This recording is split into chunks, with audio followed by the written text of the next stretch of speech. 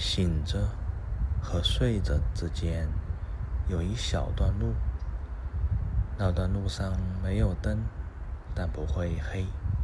今晚我在那段路上等你。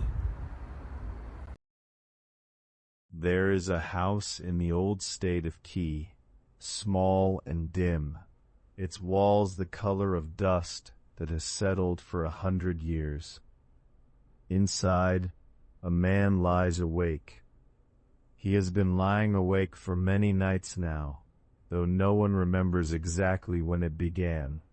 The bowl beside his sleeping mat has gone cold. It was rice once, and now it is only a shape in the dark, untouched, the steam long gone from it. His family does not know what to say to him anymore. They have stopped asking if he is hungry. They have stopped asking if he is tired. They only watch him from the doorway, the way one watches a lamp that will not quite go out and will not quite stay lit. The man of Key is watching the ceiling. This is what he does now, instead of sleeping. He lies on his back with his hands folded over his chest, and he watches the beams above him as though they might tell him something, as though the dark wood holds an answer that his own mind cannot find. Beyond the beams, he knows, is the roof. Beyond the roof is the sky. He has not said the word aloud in days, but it sits behind his ribs like a stone he swallowed and cannot bring back up. The sky. He is afraid it will fall. Not the roof, not the beams, the sky itself, the whole vast reach of it, the blue that stretches over the fields in daylight and turns black and scattered with stars at night. He is afraid that one day, without warning, it will simply come down. There is no story in his family, no old telling passed from grandmother to grandson that explains where this fear began. It arrived the way certain fears do, quietly on an ordinary evening while he was doing something small and forgettable, and after that it did not leave. He tried at first to reason with it.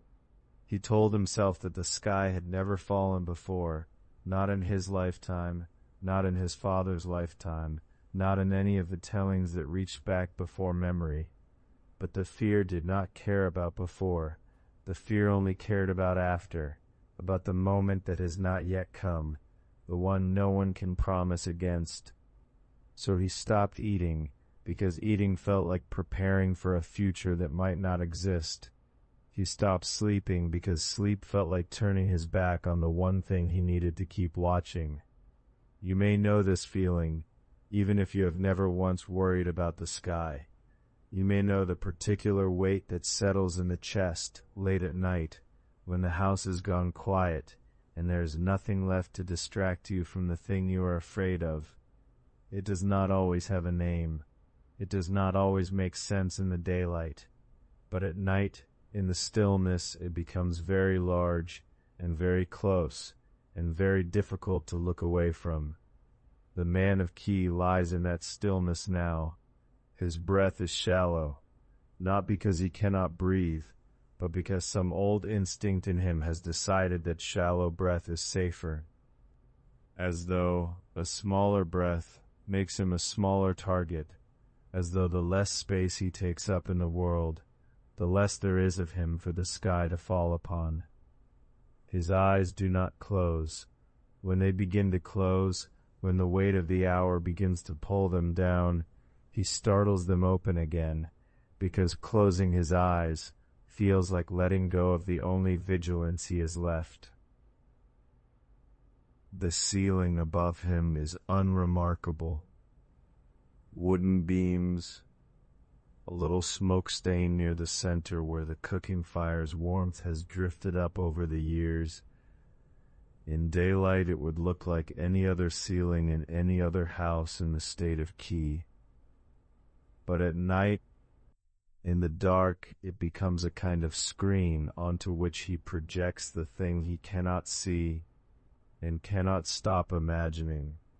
The sky above the roof above the ceiling, and beyond all of it, the collapse he is certain is coming. You can notice now the weight of your own body against whatever is beneath you. You can notice the place where your shoulders rest and the place where your head rests, and how both of these places are, in this moment, simply and reliably held. There is no need to do anything with this noticing. It is only a small act of company, a way of sitting beside the man of Key in his dark room without needing to fix what troubles him. His family has tried, in their own quiet ways, to bring him back to the ordinary rhythms of the house. They have set food before him and said nothing, hoping the smell alone might call him back to his body. They have left the lamp burning a little longer some nights, thinking that light might ease him, and let it burn low other nights, thinking that darkness might allow him to finally close his eyes without needing to keep watch. Neither seems to help very much. His fear does not respond to lamps. It responds, if it responds to anything, only to itself, circling, returning, circling again, the way a moth will return to a flame it doesn't understand and cannot resist. There is something almost tender in this if one looks at it without judgment. He is not foolish. He is not weak. He has simply become caught inside a thought that will not release him, the way anyone can become caught, the way a single worry, turned over enough times in the dark, can begin to feel larger than the mind that is turning it. The old text that records his story does not linger long on his suffering. It states plainly that he stopped eating and sleeping, and it moves on, almost businesslike, to what happens next. But before the story moves on, there is this: the man, the map, the cold bowl of rice, the ceiling he cannot stop watching, the sky he is certain will one day come down upon him and end everything he knows. It is worth sitting here a moment longer, in this room, before anything is explained to him. It is worth noticing what fear looks like when it has nowhere left to go, when it has emptied a man's evenings and hollowed his nights, when it has made the whole enormous sky into a single fixed point he cannot look away from. You do not need to solve this fear tonight. You do not need to know yet what will be said to him, or whether it will help, or what it might mean for the sky to be something other than a threat. For now it is enough to notice only this: a small house, a man lying still, a ceiling holding its ordinary silence above him, and beyond it, unseen, unmoving, the sky doing exactly what it has always done, which is nothing at all. Somewhere outside, the night continues without him. Insects move through the grass. A late wind stirs the leaves of a tree near the wall and settles again. The stars, wherever they are behind the clouds or the dark, do not shift out of place. The man of Key does not know this. He only knows the weight in his chest, and the beams above him, and the fear that has not yet found its answer. But someone is coming. Not tonight, perhaps, in the story as it is told, but soon, in the shape of a friend who has heard of his suffering, and who is even now, in some quiet corner of the telling, beginning to make his way toward that small house, carrying nothing but a few plain words, spoken gently, about what the sky is actually made of. The words the friend brings are simple ones. He does not carry a diagram of the heavens, or a scholar's scroll, or some elaborate proof drawn from careful measurement.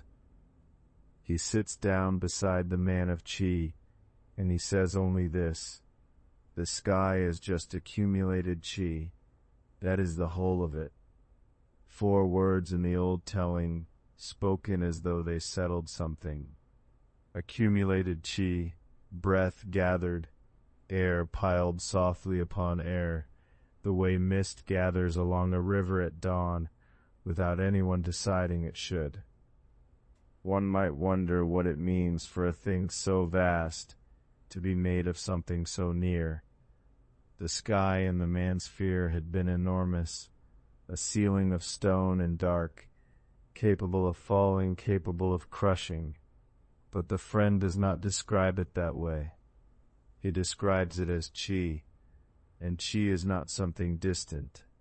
It is the very breath moving in and out of the man's own chest, the same air he has been holding too carefully all these long nights, the same air that has been sitting unmoving at the top of his throat because he has been too frightened to breathe it out fully.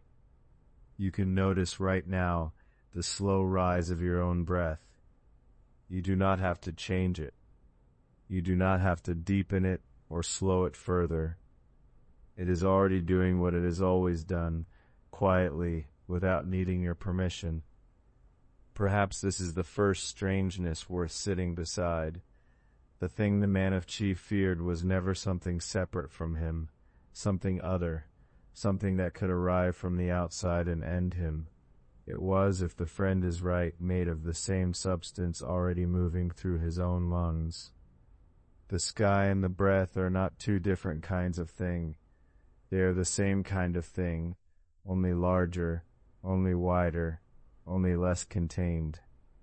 There are those who would say this is a comfort. If the sky is only chi, then it is not stone. It does not have the weight of stone. It does not have the hardness of a roof that might crack and come down in pieces. It is soft. It moves. It shifts the way air shifts, filling whatever space is given to it, offering no resistance, holding no grudge against gravity, because it was never bound by the same rules that govern falling things. And yet, one could just as easily wonder if this makes the fear stranger, rather than smaller. If the sky is only chi, then it is everywhere the man's own breath is. It is not a separate structure suspended far above his head. It is folded into the very act of him being alive. To fear the sky, then, is to fear something inseparable from one's own breathing. And how does a person step away from their own breath? The text does not resolve this. It simply offers the claim plainly, the way one might mention the weather, or the hour, or the color of the evening. The sky is accumulated chi. Nothing more is said to soften it or expand it. The listener is left to sit with the shape of the sentence, turning it slowly, the way one turns a smooth stone found at the edge of a river, not because there is anything to solve in it, but because it is pleasant to hold. It is possible that the friend chose these words because they were true in the plainest sense, the sense the old philosophers of that world believed, that chi was the substance beneath all things, the breath of the cosmos, thinning into sky above and thickening into stone below, the same material simply arranged at different densities. In that reading, there is nothing mystical happening here at all. It is closer to something you might call a diagram, a description of matter, offered to a frightened man, the way one might explain that thunder is only sound traveling slowly behind the light of lightning. Not comfort exactly, just information, offered gently, in the hope that understanding might loosen what fear had tightened. It is also possible that the friend chose these words because he understood something, less about physics and more about the shape of worry itself, that worry needs a wall to push against, a solid edge, a hard surface it can imagine cracking and falling. And so he removed the wall. He told the man there was no ceiling there at all, only breath, only air, only the soft, continuous motion of the same thing that was, at that very moment, moving through the man's own throat and chest. You cannot easily fear the collapse of something that has no edges to break, and it is possible, this is offered quietly, without insistence, that the friend was doing something even simpler than either of these. He was not explaining the sky at all. He was reminding the man of his own breath. He was pointing, without quite pointing, toward the place where the fear lived, which was not really in the heavens above the house, but in the tight-held, interrupted breathing of a man who had stopped eating, stopped resting, stopped letting his chest rise and fall the way it wanted to. Notice, if it is comfortable, the place where your own breath moves without your effort, the slight lift of the chest, the slower fall after. There is nothing to correct here. There is only the noticing. The old text does not linger on which of these readings is correct. It moves forward, the way old texts often do, offering the line and letting the next line follow, trusting that the shape of the wisdom will settle wherever it needs to settle in the listener, without the author needing to stand over it and explain. This is perhaps its own kind of gentleness. It does not insist that you understand it a particular way tonight. It only asks that you sit with it for a while, the way you might sit with a friend who has just said something true and simple, and has not rushed to explain further, trusting the silence afterward to do some of the work. There is a kind of stillness in realizing that something feared might be made of the same stuff as something as ordinary as your own exhale. Not because this makes the fear disappear all at once. Old fears rarely leave all at once, but because it changes what the fear is standing on. If the sky is stone, then the fear has a solid enemy, a real danger, a thing that could genuinely crash down and end everything beneath it. But if the sky is only chi, gathered and moving the way breath gathers and moves, then perhaps the fear has been standing this whole time on something as soft as air, believing it to be as hard as rock. One could wonder, too, about the word accumulated, not created, not summoned from nothing, accumulated, gathered slowly, the way small things gather into larger things over long stretches of time. Snow accumulates into drifts. Dust accumulates along a windowsill. Rain accumulates in a stone basin until it holds enough to reflect the moon. The sky in this telling is not a single vast object dropped whole into place above the world. It is smaller things joining over and over until they become large enough to be called a sky. This, too, might be worth sitting beside for a moment. The vast thing you fear may not have arrived as one enormous danger all at once. It may have accumulated, worry added to worry, sleepless night joined to sleepless night, one tightened breath following another, until together they formed something that felt, from the inside of a small dark room, indistinguishable from the whole sky falling. The man of Key's fear likely did not begin as the full collapse of the heavens.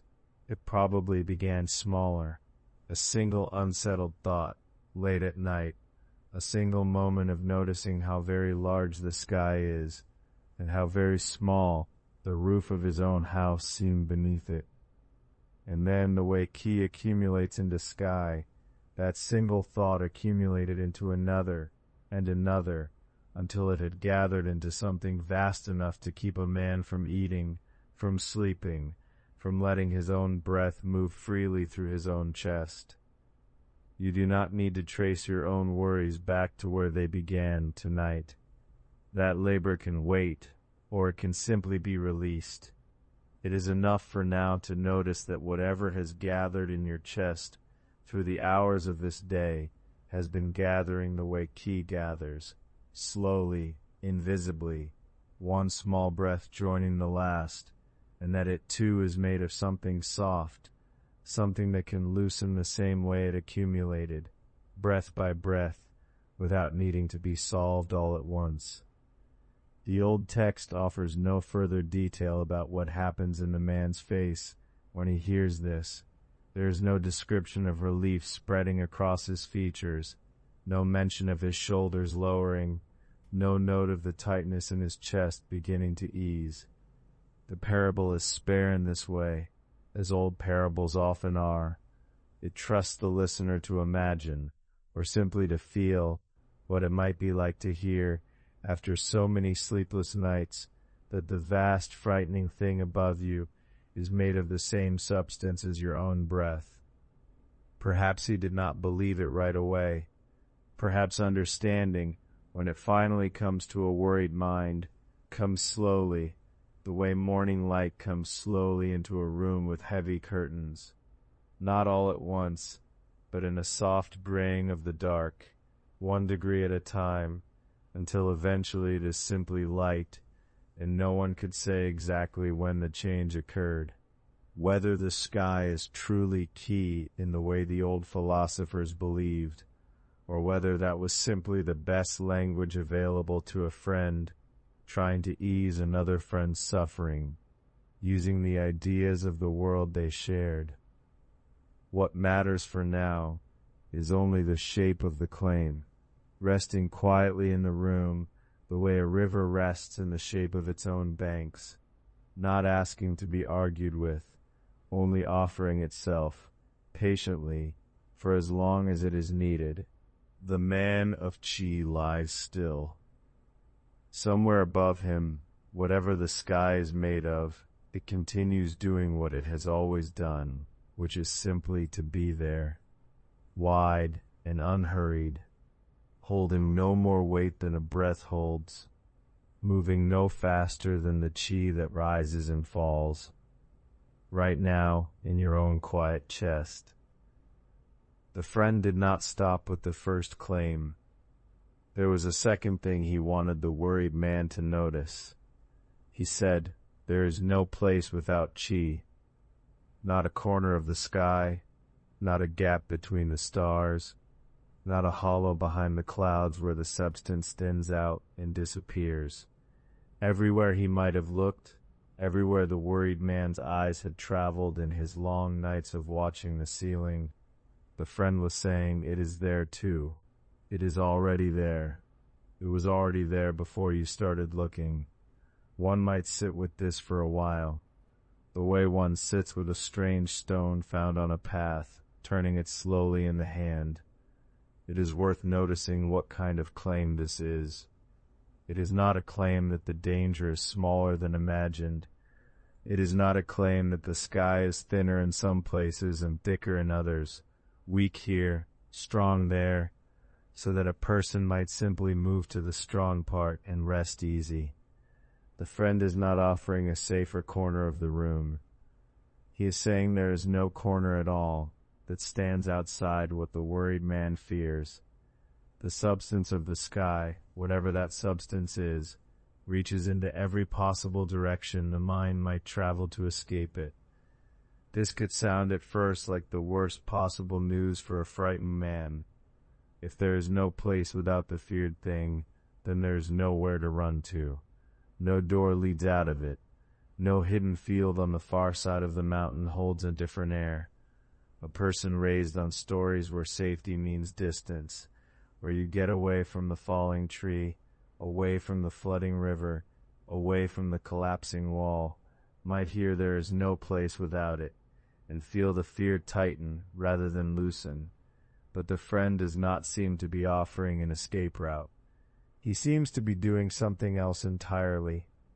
He seems to be gently taking the very idea of escape off the table, the way someone might quietly remove a heavy object from a shelf a child keeps reaching for, not because the object was ever going to fall, but because reaching for it was tiring the child more than the object itself ever could. Perhaps this is the quiet turn in the parable that is easy to miss on a first hearing. The friend is not solving the problem of danger. He is dissolving the problem of distance. It is worth resting a moment on what escape usually asks of a mind.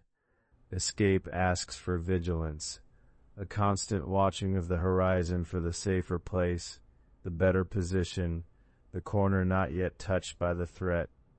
Escape asks for movement, or at least the readiness for movement.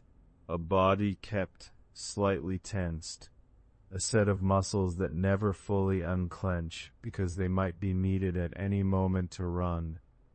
This is, in its own way, an exhausting kind of hoping. It is hope built entirely on the presence of an elsewhere. The friend, in his plain and unhurried words, seems to be saying there is no elsewhere. Not as a punishment, not as a trap closing shut, simply as a fact, offered the way one might mention that the river flows toward the sea, or that the moon moves through its phases without asking permission. There is no place without chi.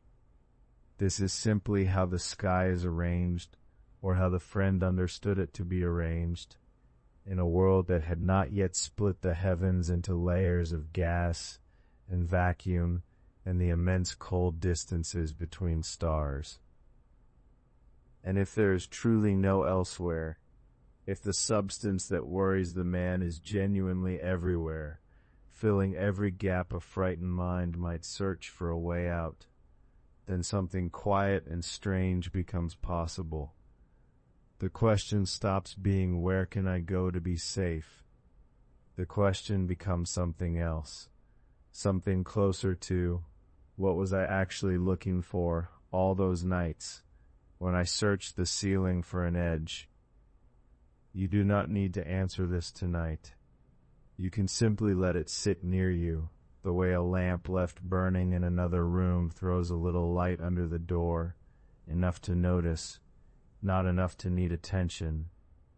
There is an old comfort, easy to overlook in things that are the same everywhere. A person walking through unfamiliar country at night, unsure of the road, still finds the same stars overhead that watched over the road behind them. The dark itself does not change from one place to the next. It is the same dark that gathered outside every window in every house that has ever held a sleeping child. There is something almost tender in the evenness of it. The sky does not play favorites among the rooms of the world. It settles over the palace and the farmhouse in the same unhurried way. It does not skip the poor roof and gather thicker over the rich one. Perhaps the friend's claim can be heard this way. Not there is no escape, spoken like a closing door, but there is nowhere you are excluded from, spoken like an old, wide welcome. The chi that fills the space above the house of chi is the same chi that filled the space above every house that has ever been slept in. It does not stop at borders. It does not thin out over strangers. Wherever a person has ever lain down to rest, this same substance was already arranged overhead, the same then as now, the same here as anywhere the worried man might have fled to. There is another way to sit with this, gentler still, and perhaps closer to what the friend meant by his plain words. If the chi is everywhere, then it was never a wall closing in from outside. It was instead simply the room itself, the room the man of chi had always lived inside, every day of his life without noticing it. The way a person rarely notices the air moving in and out of an open window until a particular evening when the curtain stirs and catches the eye. The fear had imagined a boundary, a shell, a ceiling, a great stone lid somewhere above the clouds that might crack and come down. The friend's second claim quietly removes the shell, not by proving the shell weak, by showing that what the man feared was never a shell at all. It was the whole of the space he had always occupied. There was no outside from which it could fall inward, because there was no dividing line between inside and outside to begin with.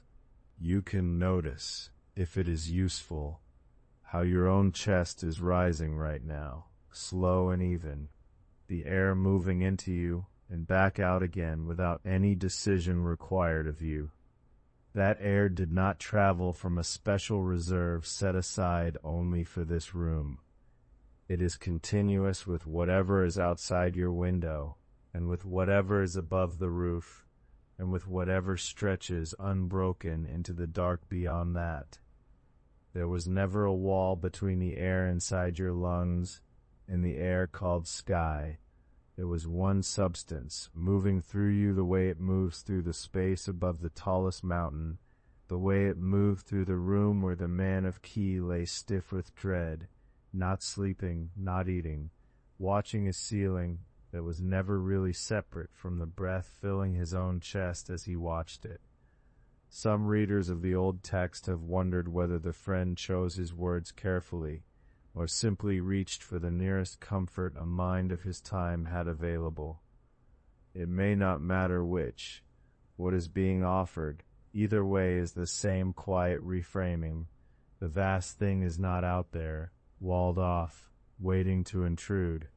It is already the medium the frightened man has been living inside the entire time, the very stuff his next breath is made of. There is no place without it, the friend says. And this could be terrifying if the it in question were a stranger, but by then he has already told the man of Key what the it actually is. It is Key, the same word that names breath, the same word that names the air stirring gently in and out of a resting chest. So the sentence turns quietly into something almost tender. There is no place without your own breath. There is no place without the substance already moving through you right now, keeping you exactly as alive as you have always been.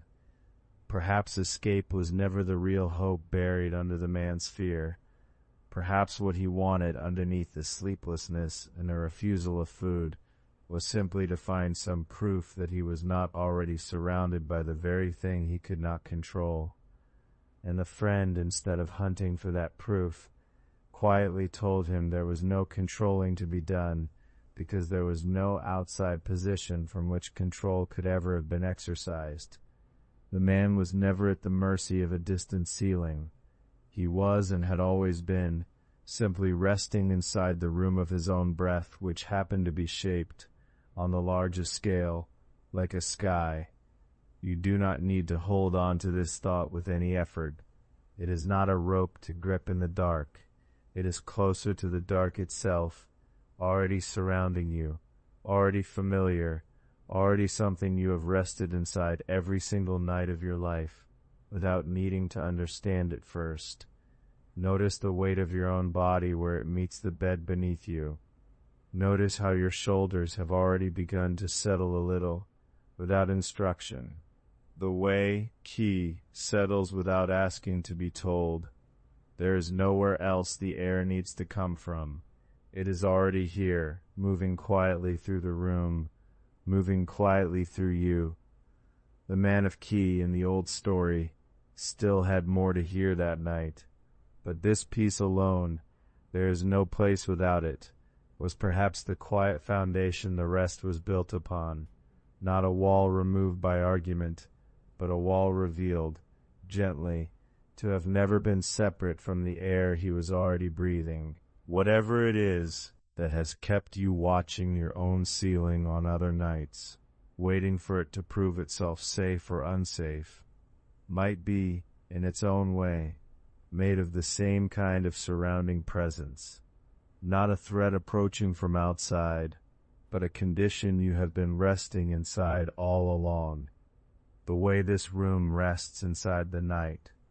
The way your breath rests inside the sky, unbroken, unhurried, and for now, simply here. The old text moves next to something smaller than the sky itself. The friend does not stop at the size of the thing. He turns instead to the body. You bend, you stretch, you breathe, the text says, and all of this happens inside the sky, all day long, without pause, without incident. It is such a small observation, almost too small to matter, next to a worry as large as the collapse of the heavens. and yet the friend chose it. Of all the things he might have said, he brought the man of Chi back to his own shoulders, his own spine, the simple rise and fall of his chest. Notice this for a moment, the way the friend seemed to be asking his listener to notice it. Not the sky as an idea, but the sky as the place where an arm lifts, where a back curves forward and releases, where breath enters and leaves without ceremony. Every one of these small motions, the text seems to say, has always taken place within the very thing being feared. There is something almost tender in this shift of attention. The friend does not argue with the fear directly. He does not say the sky cannot fall, and here is why. Instead, he lowers the whole question down to the height of an ordinary body doing ordinary things, reaching for a bowl, turning in sleep, drawing one slow breath after another. One might wonder why he chose this of all possible arguments. Perhaps it is because the vastness of the sky is difficult to hold in the mind for long. It slides away from thought, too large to grip, too old to picture clearly. But a stretching arm is not difficult to hold in the mind. A breath is not difficult to feel. The friend may have understood that fear loosens its grip more easily when it is met with something small and near, something the body already knows how to do without thinking. Or perhaps the reasoning runs the other way. Perhaps the friend is not simplifying the sky by comparing it to the body's motions. Perhaps he is enlarging the body's motions by placing them inside the sky. Every bend of the knee, every breath drawn in becomes in this reading a kind of quiet participation in something vast, not diminished by its size, joined to it.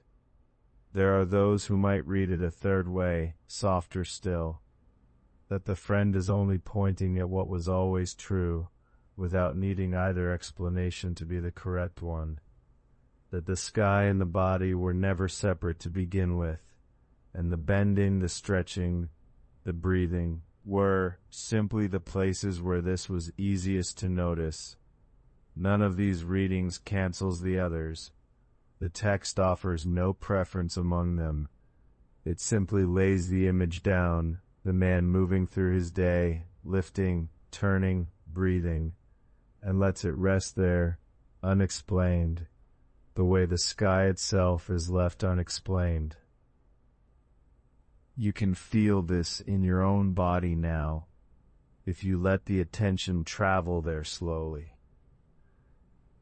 The place where your shoulders meet the mattress. The small distance your ribs travel outward with each breath, and the smaller distance they travel back. None of this requires understanding to continue. It has been happening since before you began listening to these words, and it will keep happening after they fade. There is something quietly strange in realizing that the very air filling your lungs right now, the air lifting your chest and letting it fall again, is drawn from the same wide substance the man of Ki feared might collapse upon him. He was breathing it the whole time he feared it. That detail does not resolve the fear, it only sits beside it patiently, the way a friend might sit beside someone at a table without insisting on being heard. It seems worth noticing how ordinary the motions are that the friend chooses to name. Not flight, not some rare or difficult art, just bending, just stretching, just breathing, the plainest verbs available, the ones a body performs without deciding to, the ones that continue through sleep itself. Perhaps that plainness was the point. The sky in this telling is not encountered through some special effort, not through climbing toward it, not through study, not through some rare moment of insight. It is encountered through the most unremarkable acts of living, turning over, reaching for water, letting the chest rise, If the sky can be reached this easily, this constantly, then perhaps it was never something to be reached at all. Perhaps it was only something to be noticed, already surrounding the reaching itself. This is not an argument that resolves anything with certainty. The text does not close the matter here. It only widens the noticing, gently, from the vast unmoving sky above, down into the small moving body below, and lets the listener feel, for a moment, that the space between the two is not so wide as it first seemed. Your own breath is doing this right now, without any instruction from you. It moves in, and something in the air becomes briefly part of you. It moves out, and something in you returns to the air. There is no clear line where one ends and the other begins. This has been true for as long as you have been alive, through every night you have ever slept, through every worry that has ever kept you staring at a ceiling instead of resting beneath it. The breath continued anyway. The bending continued. The stretching continued. One might wonder whether the man of tea lying awake in his house felt his own chest rising and falling, even while his mind circled the collapse of the heavens, his body already answering the question his mind could not put down.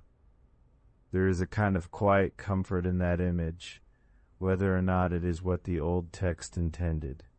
A man so afraid of the sky that he cannot eat or sleep, and yet his own breath keeps moving through him, keeps proving, without any need for proof, that he is already held by the very thing he fears. Perhaps this is what the friend understood, without needing to say it directly, that the body already trusts the sky, even when the mind does not. That trust does not need to be built from nothing, only noticed where it has been quietly present the whole time. You do not need to trust anything right now either. Your body is already doing what it has always done. The slow lift of the chest, the slower fall, the weight of your limbs settling more fully into whatever is holding you. There is no instruction here, no task to complete, only the noticing of something that continues on its own, the way it always has, the way it will keep doing long after this thought has faded from your mind. Some readers of the old text have wondered whether the friend's mention of bending and stretching carries a second meaning beneath the first, a reminder not only that the body moves within the sky, but that it moves because of it. The air fills the lungs and makes the stretch possible. The air resists gently against the moving arm and gives the motion something to work against. In this reading, the sky is not simply a space the body happens to occupy. It is closer to a partner in every motion, present in the reaching, present in the turning, present in the settling down to rest. This reading, too, is offered gently, without insistence. The text does not say which understanding is correct, if either. It leaves the two images, the fearsome uncertain sky above and the small certain motions of the body below, resting side by side, unresolved the way two objects might rest quietly on the same table, without needing to explain their nearness to one another. Perhaps that unresolved nearness is itself the lesson, if there is one to be found here at all.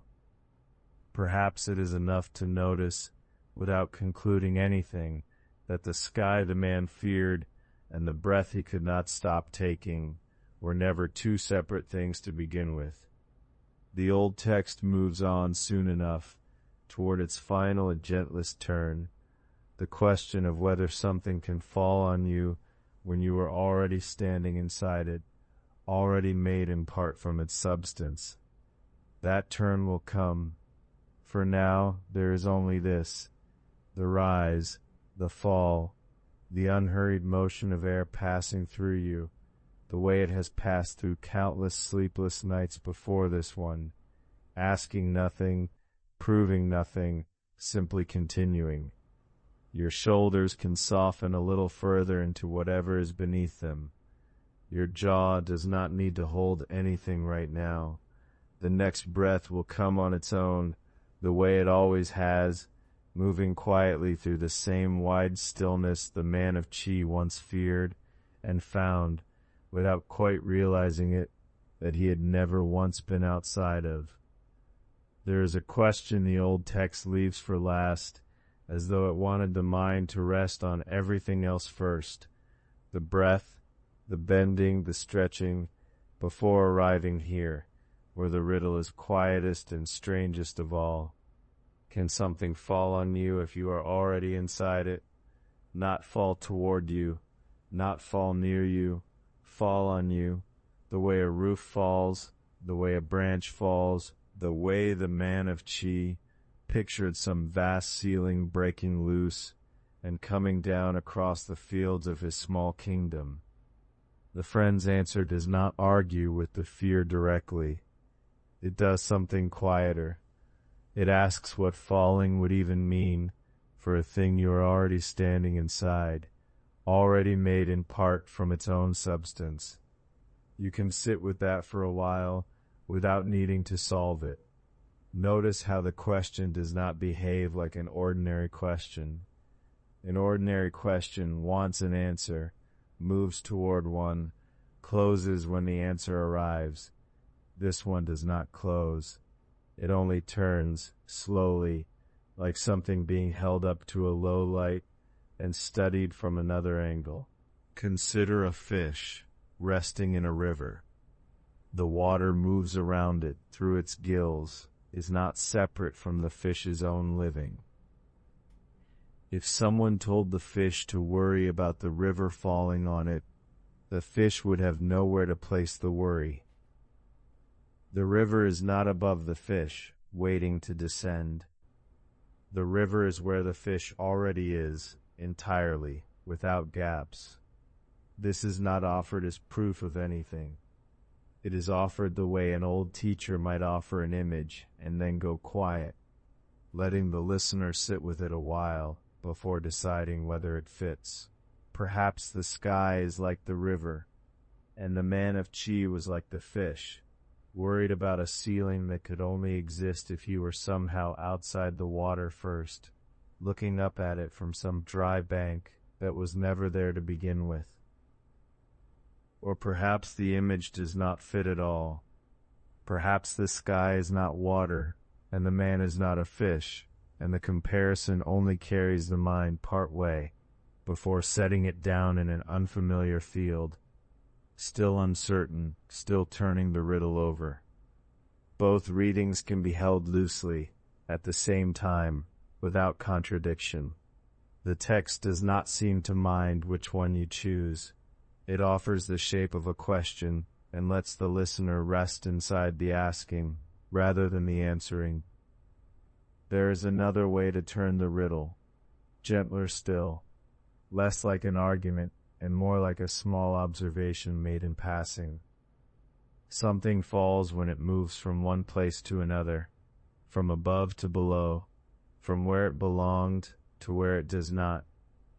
A roof falls onto a floor because the roof was above and the floor was below, and something broke the difference between them.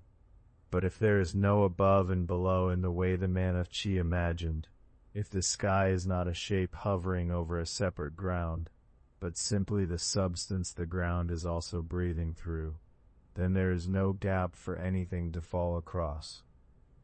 The falling was never impossible because the sky is light or thin or unlikely to break.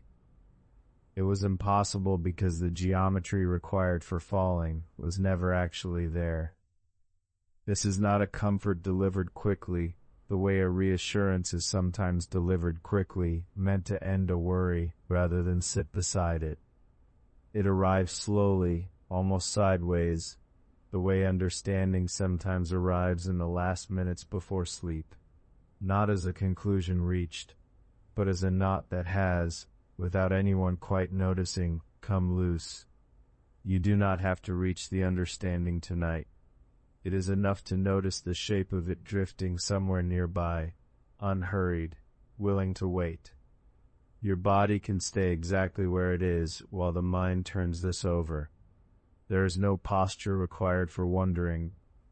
Your hands can remain heavy at your sides or wherever they have settled, and the slow weight of the blanket can go on resting against you, the way it has been resting the whole time. The riddle continues, in its unhurried way, because riddles like this one are not meant to be finished quickly.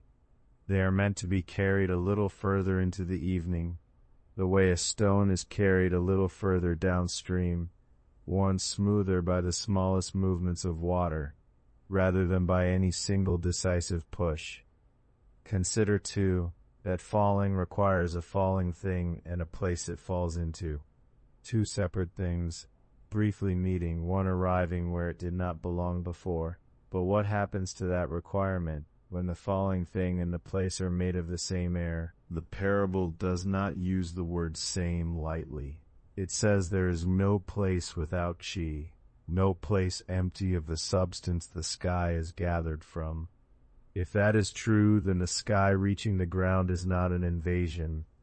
It is simply the sky continuing to be exactly what it already was, in a location where it was already quietly present all along. Nothing new arrives. Nothing crosses a boundary. There was no boundary to cross. One could say the man of Chi's fear rested on a picture of two worlds, the world below, where he stood and ate and slept, and the world above, vast and separate, biding its time before it broke apart and came rushing down to meet him. The friend's gentle correction does not destroy that picture through force. It simply notices that the two worlds were only ever one, described from two different distances. From far away, the sky looks like a roof. From close, breathed in and out through the same lungs that hold the rest of the body's quiet motion, it does not look like anything at all. It simply is the air the moment is made from.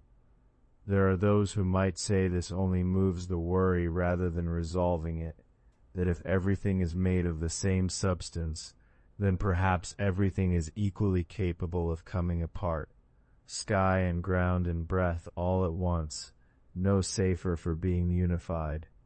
That reading too can be held for a moment without being pushed away. The text does not silence every objection. It leaves some standing quietly in the corner of the room, unanswered, the way a single candle is sometimes left burning in an otherwise dark house, not because it needs to be extinguished before sleep can come, but because sleep can come regardless of whether it is burning or not. Perhaps the falling was never really the question. Perhaps the question was always this: what does it mean to already be inside the thing you are bracing against? You can feel the shape of your own ribs rising just slightly with each breath, and falling again just as slightly, without any effort required to keep the rhythm going. That motion has been continuing the entire time this chapter has been spoken, unnoticed, uninterrupted, needing no supervision from the part of you that has been listening to the words. The air moving through you now is not separate from the air the man of Chi feared. It is the same substance, gathered here for a moment, in this room, in this breath, before dispersing again into whatever comes next. If it could fall on him, it would have to first be somewhere else, waiting, distant, gathering the momentum required to descend. But it was never elsewhere. It was already passing through him with every inhale, the way it is passing through you now, quietly, without weight, without threat, without any distance left to cross. This is not offered as an argument that wins. The old text is not in the business of winning arguments. It offers a picture, turns it slowly in the low light of the evening, and lets the listener decide how long to keep looking. Some nights the riddle will feel clear, almost obvious, the kind of thing that makes a person wonder how it was ever frightening in the first place. Other nights it will feel slippery again, the old fear rising briefly before settling back down, the way a small animal startles and then remembers where it is and grows still. Both nights are allowed. The riddle does not require certainty from the listener before it can do its quiet work. It only requires attention held loosely for as long as attention wants to stay. You do not have to solve whether something can fall on you when you are already inside it.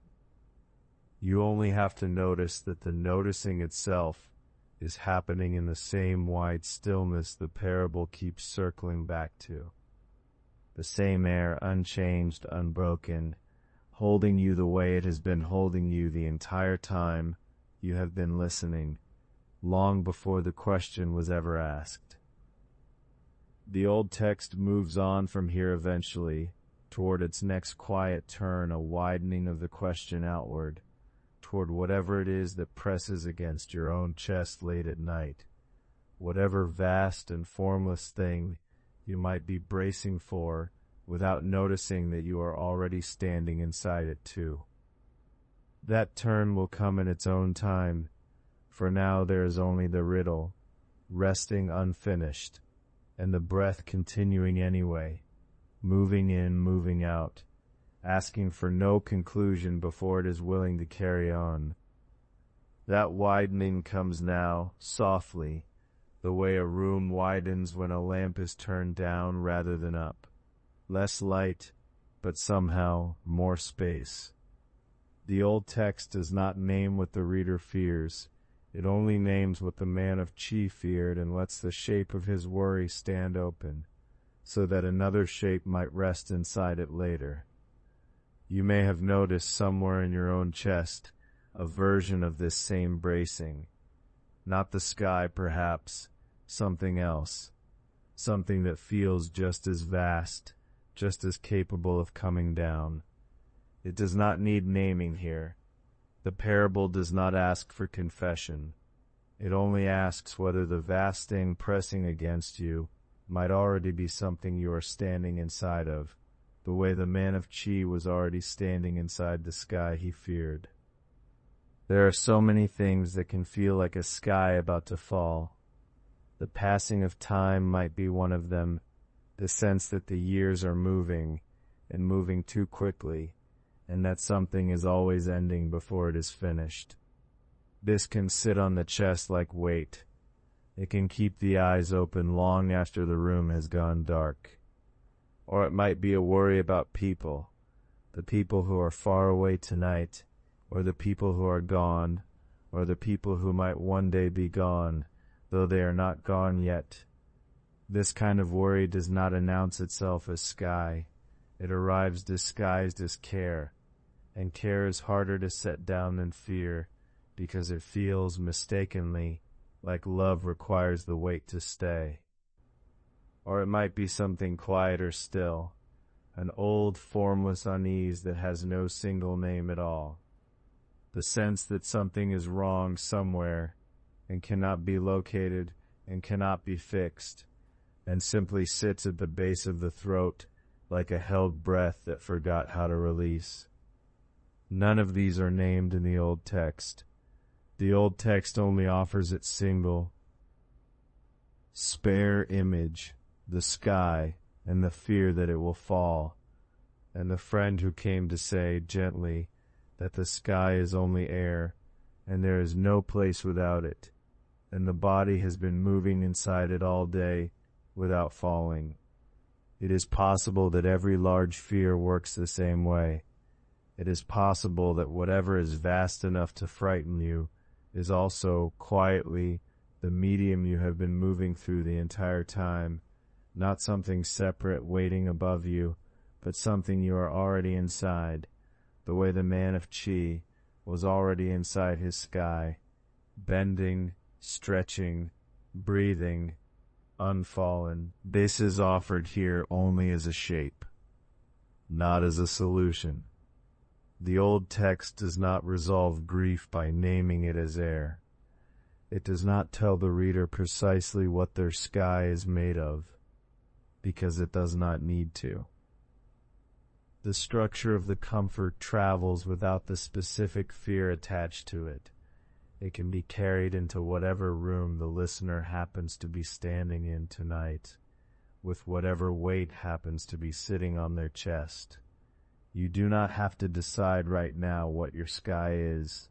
You do not have to name it or solve it, or even fully believe that you are standing inside it rather than beneath it. It is enough to notice that the question has widened this far, the way a lamp dims and the room grows into something softer instead of smaller, and to let the noticing sit there without demanding a name to attach itself to. Notice, if you can, the place where your body meets the bed beneath you. Notice that this contact has been holding you the whole time you have been listening, quietly, without asking anything of you. The weight of the blanket, if there is one, is doing something similar, a small steady pressure that asks nothing, proves nothing, simply rests. The old text has a strange kind of mercy in it, precisely because it refuses to explain fear away by shrinking it. It does not say the sky is nothing. It says the sky is air, full, present, everywhere, and that this fullness is exactly why it cannot fall. The largeness of the fear is not denied. It is only shown to be the same largeness as the thing that already surrounds and holds the one who fears it. Perhaps your own vast thing works this way too. Perhaps it is not small at all. Perhaps it is exactly as large as it feels, and the largeness itself is not the danger. The danger was only ever the story that it stood apart from you, above you, poised to fall, rather than around you, moving with you, indistinguishable from your own breath. There is no need to resolve this before sleep can come. The man of Key's friend did not require the man of Key to fully understand Key, or the physics of sky, or the deep architecture of the heavens, in order for the fear to loosen. The friend only asked him to notice his own body bending and stretching and breathing all day inside the very thing he feared. Your own noticing can be just as small, just as physical, just as unfinished. You can notice your own chest rising without needing to know exactly what invisible ceiling it has been bracing against. You can notice the air entering, filling, leaving, entering again, without needing to solve what shape your particular sky has taken tonight. The old text is patient in this way. It does not rush the reader toward insight. It sits beside the man of Key's fear the way an old friend sits beside a troubled evening, not fixing, not lecturing, simply present, offering a few plain observations, and then letting silence do the rest of the work. This is perhaps the quietest form the parable takes, not an argument against fear, but a companionship offered to it. The friend who visits the man of Key does not tell him he is foolish. He does not diminish the fear by calling it small. He simply widens the frame around it, until the fear finds itself already resting inside an answer it did not know it needed. The whole of it, the collapsing sky, the accumulated air, the bending and stretching and breathing, might be understood as one long, gentle widening. A fear starts as something pointed, something specific, something aimed directly at the chest. Then the widening begins. The friend says there is no place without air. The frame stretches outward and outward again, until the fear that once felt like a single falling object becomes instead a single continuous medium, something with no edges, something with no direction to fall from, because it was never above in the first place. Your own fear, whatever shape it takes tonight, might be capable of the same widening, though there is no requirement that it happen now or ever or in any particular order. The old text does not insist on transformation. It only offers the shape of one, quietly, the way moonlight offers itself to a room, whether or not anyone is awake to notice it. You can rest without solving what your sky is made of. You can let the question stay wide and unanswered, the way the old text leaves its own philosophical corners unfinished, trusting that the unfinished can still hold weight, can still be useful, can still be a kind of company in a dark room. Notice the weight of your own eyelids now, however heavy or light they have become. There is no correct amount of heaviness required. There is only the noticing itself, soft, wordless, without conclusion, and the breath continuing beneath it, the way it always has, the way it will keep doing whether or not the question of the sky is ever fully answered. The old catalogers who preserved this parable across the centuries left it exactly this open. They did not append a final note explaining what, precisely, a reader should do with their own private version of the falling sky. They trusted the structure to do its work quietly, across generations without further instruction. A reader in one age might apply it to the fear of empires ending. A reader in another age might apply it to the fear of the body failing, or the fear of being forgotten, or the fear that presses in the hour before dawn when the mind runs loose without permission. The parable holds all of these, without naming any of them, the way the sky holds all weather without insisting on which storm arrives. This is, perhaps, part of why it has lasted, not because it resolves anxiety with a clean argument, but because it offers a shake spacious enough to fit almost any fear a listener might bring to it, centuries apart, in languages the original author never heard. Your fear tonight is welcome inside that same shape. Whatever is pressing at your chest can rest, for now, inside this wide old parable, without needing to be solved, without needing even to be named aloud. It is enough that it is here, held loosely, the way a hand might hold something without gripping it, open enough that the thing inside could leave at any moment, though there is no requirement that it leave tonight. The breath continues in the meantime. It has been continuing this whole time, moving quietly beneath every wondering the old text has offered so far, unbothered by whether any of the wondering resolves. It will go on being unbothered a while longer, carrying you gently toward whatever comes next. The friend, perhaps, who walked over simply to sit and speak, and let a frightened man discover that he had never once been outside of what was holding him. The old text does not name the friend. He arrives without introduction, without title, without any account of how he heard about the man of Key, and his stopped meals, his sleepless nights, his eyes fixed on the ceiling as though watching for the first hairline crack. He is simply there, the text says, one who worried about the one who worried, and then he walks over. Not to lecture, not to argue the man out of his fear with clever proofs. The text says only that he went to explain, to make clear, to sit beside the frightened man and offer him a way of seeing that might loosen what had tightened in his chest. One might wonder what kind of person does this. Not a philosopher arriving with a treatise, not a physician arriving with a diagnosis.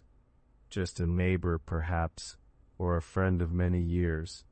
Someone who had heard that a man down the road had stopped sleeping because he feared the sky, and who felt something in himself that could not simply walk past that. There are those who say this second man is the quieter marvel of the whole parable, quieter than the sky, quieter than the falling that never comes. The man of Key's fear is vast and strange and easy to remember. But the friend's walk to his door is a small, plain thing, almost too ordinary to notice, and yet without it the story has no ending at all. Without him, the man of keys simply lies there, forever watching the ceiling, forever counting the hours until collapse. It is possible that the friend represents nothing more than the plain fact of kindness, that somewhere in every spreading fear there is usually someone willing to come and sit with it, not to erase it, but to keep it company until it changes shape on its own. It is also possible that he represents something quieter still, the part of the mind that has not been swept into the fear, the part that remains capable of noticing that the fear, however large it feels, might not require the response it is asking for. In this reading, the friend is not really separate from the man of key at all. He is what is left of the man of key's own steadiness, walking over to speak to the part of him that has forgotten it. And it is possible, too, that the friend is simply what he appears to be, one person worried about another person, doing the small and unremarkable thing of showing up. Nothing more elaborate than that. The text does not ask us to look past the plain fact of the visit for some hidden architecture beneath it. Sometimes a friend walks over because a friend is worried. The parable may not need more meaning than that. You can let all three readings rest together without choosing among them. There is no requirement tonight to decide what the friend represents. It is enough to sit with the shape of the visit itself, someone crossing a short distance, sitting down, and beginning gently to speak. The weight of your own body against whatever is holding it right now. Notice that nothing is asking you to solve this either. The breath is moving. It doesn't need your attention to keep moving, and yet it welcomes it, the way a quiet room welcomes a soft light being turned partway down, rather than off. The old text gives us almost none of the friend's words that are not already the argument itself. He does not comfort with feeling. He does not say, there, or everything will be fine. He says something closer to a description. The sky is accumulated key. There is no place without it. You bend and stretch and breathe within it all day. It reads almost like something spoken slowly, unhurried, without the urgency of trying to win an argument before the other man's fear can object. One might wonder about the tone in which this was said. Perhaps it was said the way one explains something to a child who is woken from a bad dream, not with impatience at the fear being irrational, but with the plain patience of someone who remembers what it is like to not yet know a thing that will eventually become obvious. Perhaps the friend did not think the man of key was foolish for his fear. Perhaps he simply saw a frightened person and wanted above everything else for the fear to loosen its grip a little, so that the man could eat again, and sleep again, and stop watching the ceiling as though it might betray him. There are versions of this scene imagined generously, where the friend does not sit across from the man of key and correct him, but sits beside him instead, so that both of them are facing the same ceiling, wondering about it together, before the friend begins gently to speak. In this version, being told you are safe does not feel like being informed of a fact. It feels like being joined. It is possible that what actually loosened the fear in the man of key's chest was not the logic about key and breath and bending. It is possible that what loosened it was simply the presence of another person, sitting nearby, willing to stay a while, unafraid of the same ceiling that had kept the first man rigid for so many nights. The text does not tell us how long the two of them talked.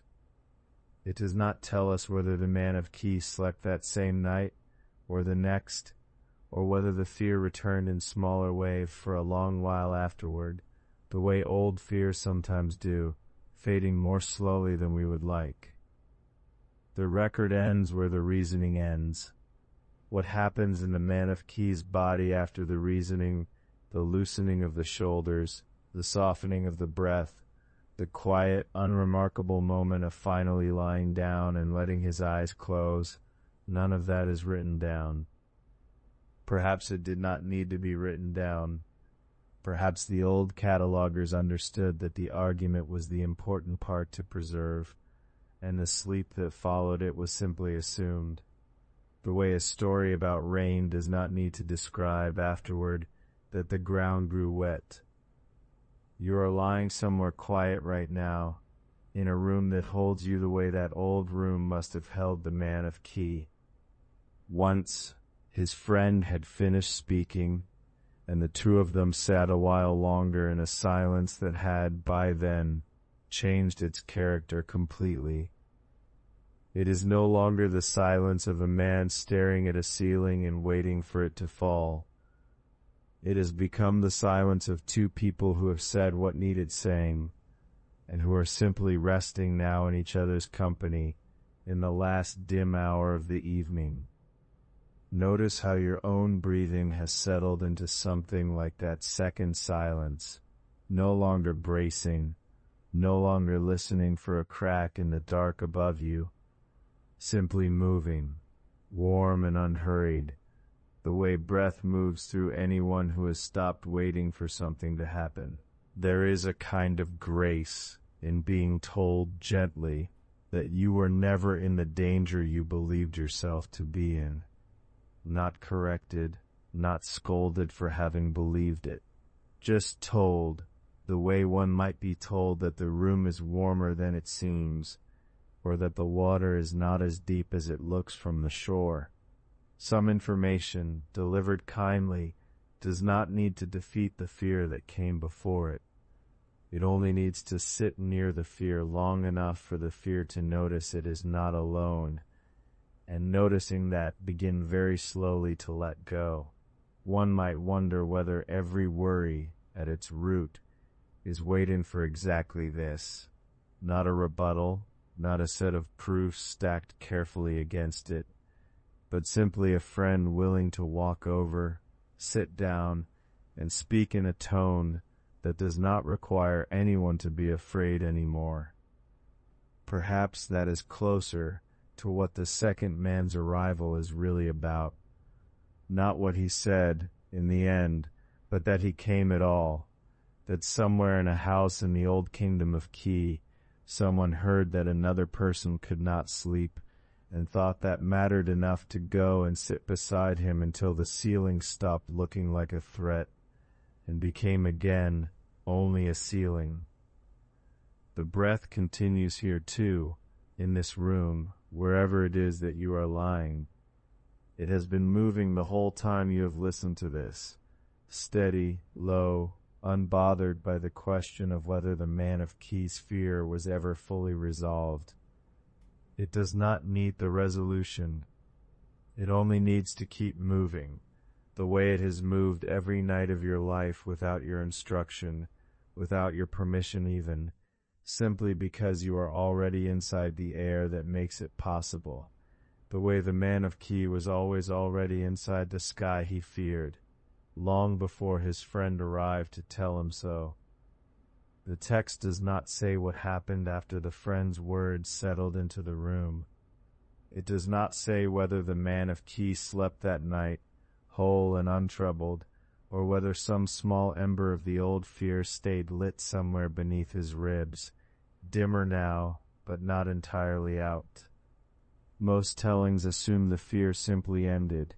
A friend spoke, logic arrived, worry dissolved like morning mist over a river. It makes for a tidy ending. It is possible that is exactly what happened. But anyone who has lain awake with a fear that made no sense, and had someone else's calm words explain to them, quite reasonably why the fear was unnecessary, knows that reason and rest do not always arrive together, holding hands, at the same moment.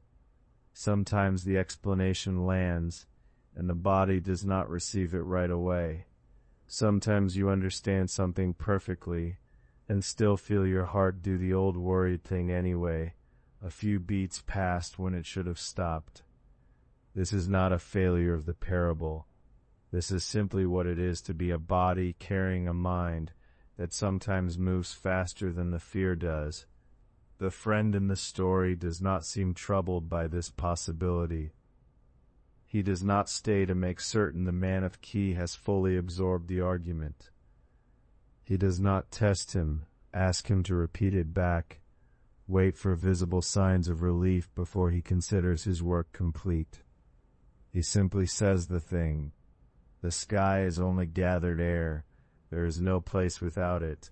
You move inside it all day without falling. And then, it seems, the story lets him go. There is something worth noticing in that. The friend offers the loosening. He does not require that the fear vanish completely, immediately, provably, before he can walk back to his own house and lie down in his own dark room. He has done what a friend can do, which is arrive and speak gently and sit for a while inside someone else's worry, without trying to argue it into non-existence by force. The rest, whatever rest arrived, in whatever slow and uneven way it arrived, belonged to the man of key himself, and to the night, and to however many more nights it took. You do not need your own worries to be fully resolved either, in order to rest tonight. This is worth sitting with for a moment, without rushing past it.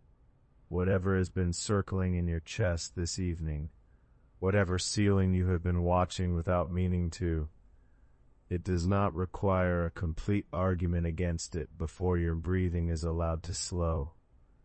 Logic is a kind of gift when it arrives. The friend's words were a real gift, spoken across a real room to a real fear. But logic is not always what does the work of settling a body down. Sometimes it is simply the presence of another voice, low and unhurried, that reaches a place in us that reasoning alone cannot reach. Notice your own breath again, here, now, without needing to change it. It is already doing the thing it has always done.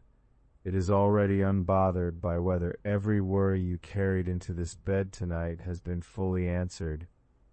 You do not owe your worries a rebuttal before you are permitted to close your eyes. You do not need to win an argument with the part of your mind that fears the sky, or fears falling, or fears whatever shapeless thing has been pressing against your ribs since the lights went out. You only need to loosen your grip on it slightly, not release it entirely. That may take longer than one night, and that would be fine too. Only loosen it, the way a hand holding something too tightly for too long simply grows tired and opens a little, not from decision, but from a kind of gentle exhaustion that is really just the body remembering how to rest. There is an old comfort in this, one the parable does not say outright, but seems to carry inside it anyway. The man of key did not need to become a different kind of person, someone who never worried, who understood the sky perfectly, who slept without effort every night for the rest of his life. He only needed for this one particular fear, on this one particular night, to loosen his grip enough to eat his dinner and lie down. The text does not follow him further than that. It does not need to. It has told us what it needed to tell us, that a fear about something impossible met a gentle explanation, and something in the room grew softer. Whether the man of key ever worried again about some other unlikely collapse, some other ceiling, some other sky, the text is silent. Worry does not usually leave a person for good after a single conversation, however kind, however true. But that, too, does not need to be resolved tonight, either in his story or in yours. You do not have to become a person who never worries in order to rest well this evening. You only have to loosen, slightly, the grip you are holding right now on whatever it is. Feel the weight of your own body where it rests, the shoulders heavy against whatever is beneath them, the legs settled, unmoving, held by something solid that has been holding you this whole time without your asking it to. Feel your own breath continuing, low and even, uninterested in resolving anything, only interested in continuing. That is enough. It has always been enough. There is a kind of quiet relief available in this, the relief of not needing to finish the argument. Some minds want every question closed before they will allow themselves to rest, every loose thread gathered, every worry answered fully and finally, as though sleep were a locked door that logic alone could open. But sleep has never actually required that key.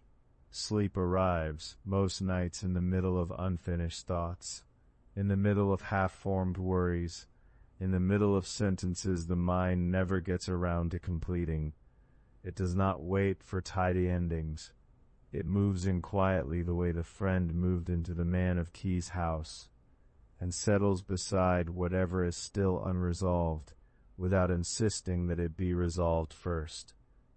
Perhaps this is closer to what the old parable is actually offering, underneath its explanation about accumulated air, not a proof, not a rebuttal delivered so completely that no worry could survive it. Something softer, a companionship with the worry until the worry, on its own time, in its own way, grows quiet. The man of Key's fear does not need your verdict on it tonight. You do not need to decide whether he was foolish, or simply tired, or simply human, in the way that made his particular fear a bit unusual, but not fundamentally different from every fear that keeps a person from sleeping. You can let the whole question rest, unfinished, the way it has rested for over 2,000 years, moving from one telling to the next, never quite closed, never needing to be, and your own worry, whatever shape it has taken tonight, can rest unfinished too. It does not require your understanding before it is allowed to grow quiet. It only requires a small loosening, the kind that happens on its own, the kind that is happening now, in your shoulders, in your jaw, in the slow unclenching of whatever you have been holding since the lights went dark. The breath continues. It does not ask for permission. It does not wait for the argument to be won. It only moves, the way it has always moved, inside the same air that has always been there, holding you unnoticed the whole time. The friend who came to the man of Key never once said what Key was made of. He did not draw a diagram. He did not name its elements or measure its weight, or explain where it began and where it ended. He only said there is no place without it, and that the man had been moving through it all day, bending, stretching, breathing, unharmed. Not a description of the sky's substance, only a noticing of the body's location within it. It is worth sitting with how little was actually explained. The friend could have said the sky is this, and not that. He could have offered a theory, a structure, a reason the collapse was impossible on physical grounds. The old text does not need him to. Instead, he offers something quieter, an observation about where the man already was. You are inside it. There is a kind of relief in this, if you let yourself feel it. So often the mind believes that fear can only be dismantled by understanding, that a worry stays alive until it has been explained all the way down to its smallest parts, until every question about it has been answered and filed away. But the parable suggests something else. It suggests that certainty was never the ingredient that mattered. What mattered was simpler than certainty. What mattered was noticing. The man of Ki did not need to know what the sky was made of. He only needed to notice that he had never once fallen out of it. You do not need to know either, whatever the shape of your own late-night worry has been tonight. You do not need the full explanation. You do not need the mechanism laid bare. You only need to notice that you are still here, still breathing, still held by whatever it is that has always held you, whether or not you have ever understood its substance. The breath does not require your comprehension to keep moving. It has been moving before you had words for it, and it will keep moving after every question you have asked tonight has faded into the dark corners of the room, unanswered, unresolved, and somehow no longer urgent. Notice the weight of your body where it rests against the bed. Notice that this weight is not falling anywhere. It is simply resting, held gently by the same quiet law that has held it every night of your life, whether you noticed or not. There is something almost tender in how little the old parable asks of its listener. It does not ask you to solve anything. It does not ask you to arrive at a conclusion about the composition of sky or key or breath. It only asks you to notice where you already are, inside, not underneath, not exposed, not standing in some clear space waiting for a ceiling to give way, inside the very thing that seemed for a moment like a threat. This is worth returning to slowly, the way the friend in the story returns to it, patiently, without urgency, sitting beside the man who could not eat or sleep. He does not rush the point. He does not need the man to understand everything at once. He only offers the noticing, gently, and lets it settle in its own time. Perhaps that is what is happening now, in this room, in this quiet hour. Not a full understanding, not a complete resolution of whatever has kept your own mind circling tonight, only a noticing, arriving slowly, the way water arrives in a low place, without hurry, without force, simply because it is the nature of water to move towards stillness. You are inside the sky. You have always been inside it. It has never once needed your certainty about what it is made of. The old text is silent about many things. It does not tell us whether the man of Ki slept well that first night after the explanation was given. It does not tell us whether the worry returned the next evening in a slightly different shape, as worries often do. It leaves that part in the dark, unrecorded, and perhaps that is its own kind of kindness, because it means the story is not really about whether the fear ever left completely. It is about the noticing that came before the fear needed to leave it all. You can hold your own worry the same way tonight, not as something that must be resolved before sleep is permitted, but as something that has been circling inside the same air you have always breathed, unable, by its very nature, to fall on you from outside, because there was never any outside to fall from. Notice how heavy your eyelids have become, the way weight settles into stone that has stopped needing to hold anything up. Notice the small distance between one breath and the next, how it has grown longer without your deciding it should. This softening is not something you are doing. It is something that is simply allowed to happen, the way the sky was always allowed to be chi, without asking anyone's permission to be understood first. Certainty was never required. Only the body, in its bed, in the dark, still here. The parable does not resolve the question of what the sky is made of, not fully, not with the kind of precision a scholar might want, sitting at a lit table centuries later, turning the phrase over and over. It gives an answer that is really more of a gesture, accumulated chi, no place, and then it moves quickly toward the body, toward bending and stretching and breathing. as though the substance mattered less than the fact of being held by it. Perhaps this is why the old parable has traveled so far, through so many centuries, so many quiet retellings by firesides, and now through the soft hum of a machine voice in a dark room, not because it settled the argument about the sky's composition, but because it offered something a person can actually use in the middle of the night. Not an argument, but a noticing. You are inside it. You have not fallen. You are not falling. The weight in your chest, whatever shape it has taken tonight, is resting inside the same air that has held every worried person who ever lived, and it has never once needed to be fully understood in order to be survived. Let the noticing be enough.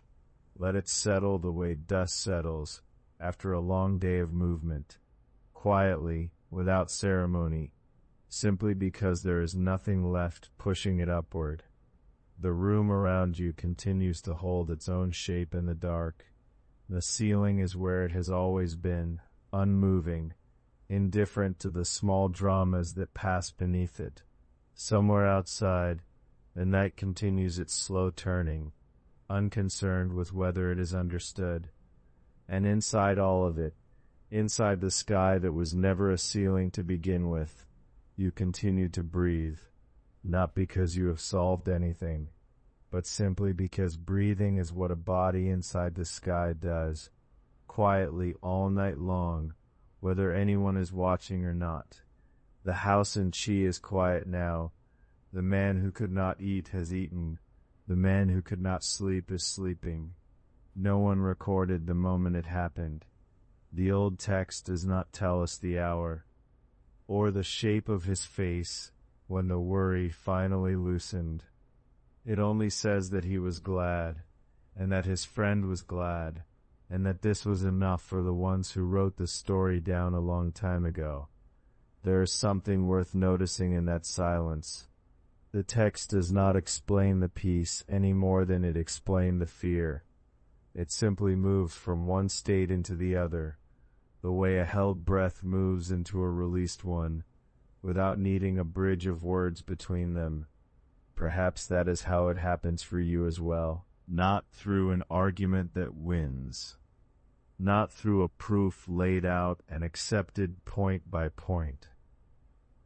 Just a slow untightening somewhere behind the ribs that arrives without announcing itself. The ceiling above the man of Ki did not move that night.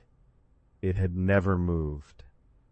It had only ever been the underside of a house standing exactly where it always stood, holding its own weight the way it had for years, asking nothing of the man beneath it.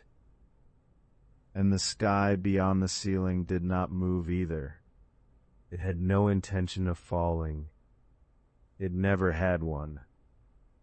It was, as the friend said, only Ki gathered and settled, the way mist gathers over a river in the cool part of the night, and settles without needing permission. You can let your own ceiling be just that tonight, a shape in the dark, holding its place, asking nothing of you. You can feel the mattress beneath you, the way the man of Ki must have felt his bed once he finally lay back down into it. Its familiar give, its familiar warmth, no longer a place to lie awake in dread, but simply a place to rest. Your breath is still moving in and out, slow now, softer than it was at the start of this telling. That breath and the sky are not two different things. They were never two different things. The air that fills your chest tonight is the same air that surrounded the man of Ki, the same air that has surrounded every worried person lying in the dark since the first house was ever built to shelter someone from a sky that was never actually a threat. There is a kind of rest in that thought, even if the thought itself fades before it finishes. You do not have to hold on to it. You do not have to remember any of the reasoning that carried you here. The key, the bending and stretching, the friend who walked over simply to sit and explain. Those were only the path. They were never the destination. The destination was always this, lying still, breathing, inside something vast that has already been holding you the entire time. The old scholars who copied this parable by hand, generation after generation, brushstroke after brushstroke, were not trying to give you an answer to carry into the morning. They were trying to give you a place to set the worry down, the way a traveler sets down a heavy bag at the end of a long road, not because the bag has been solved, but because the road has ended and there is nowhere else to carry it. This is that place. The bag can stay here by the doorway of sleep for as long as it needs to. Somewhere in a story so old that no one remembers who first told it aloud, a man of keys stopped watching his ceiling. He let his eyes close. He let the small, ordinary dark of his own room replace the enormous dark of the sky he had been so afraid of, and found, without much surprise, that the two darks were not so different after all.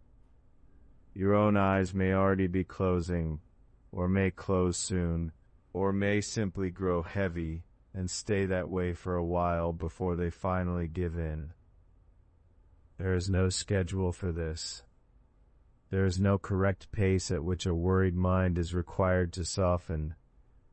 It happens the way mist settles, the way dust settles, the way a held breath finally, quietly lets itself go.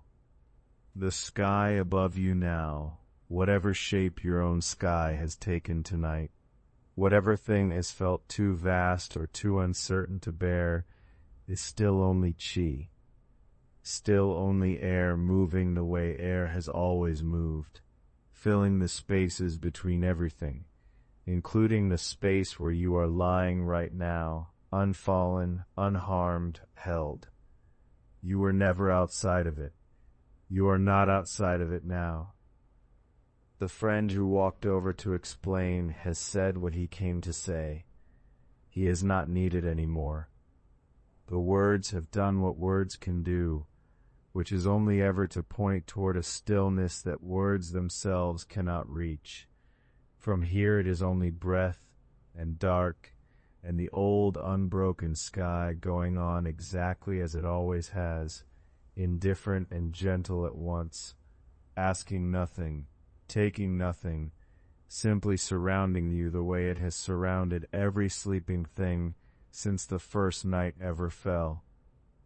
The house in Chi is quiet, your own room is quiet too, and somewhere above both of them, unmoving, unthreatening, the sky continues on, holding everything inside it, the way it always has, the way it always will.